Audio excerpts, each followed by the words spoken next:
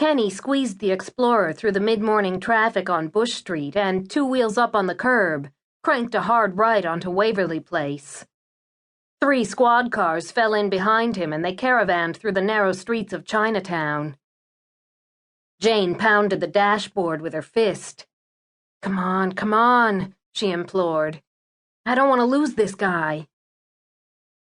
Kenny floored it and his car leaped forward, sending a delivery boy scurrying into a doorway.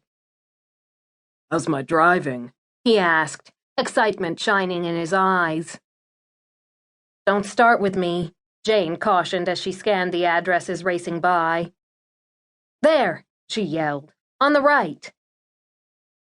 Kenny pulled the Explorer halfway onto the sidewalk, and, weapons drawn, he and Jane ran into Ong Ju's grocery store.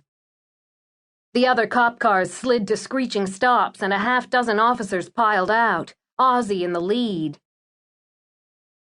A back room, Jane whispered as she and Kenny scurried past rows of flattened brown ducks and shark fins.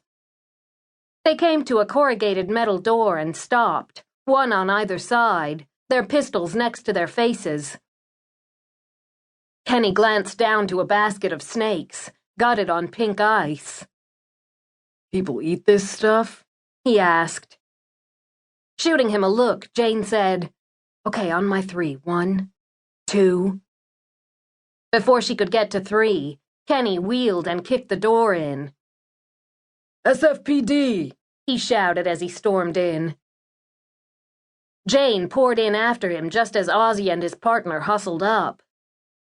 The room was dark, illuminated only by a small television playing cartoons. A young Chinese woman jumped to her feet, her lip bleeding and her eye swollen. Finally, you here! Where is he? Jane hissed at her. The woman pointed to a corner where a man was lying on a filthy mattress. Jane and Kenny, their bodies crouched in anticipation, inched forward. They advanced step by cautious step until they were next to him and could see that he was sleeping. On a nod from Jane, Kenny reached down and ripped the blanket off the bed. Startled, the man bolted upright and blinked into the muzzles of the pistols pointed at his face. Oh, fuck, he said and started to lie back down. Kenny grabbed him by the hair and threw him against the wall. That him! He killed rich lady! The woman shrilled. Jane and Kenny exchanged a look. This man was barely 5 feet tall. What you want? He demanded. Jane leaned in. Where were you the night of September 7th? In jail. The man spit. I get out this morning. He leveled a stare into Jane's eyes. Check it out, bitch. Kenny whammed him into the wall. Show the lady some respect, son. The Chinese woman pushed past Jane and started scratching at the man's back. He no respect ladies. He no respect no one. He hit me all the time. You take him now. Jane gently guided the woman off to the side.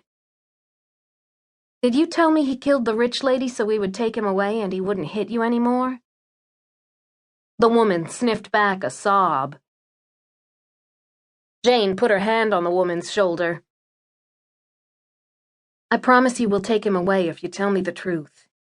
Did he kill the rich lady? No, miss. The woman bowed her head. He in jail, like he say. Jane drew in a deep breath and turned to Ozzy. Oz, take him in.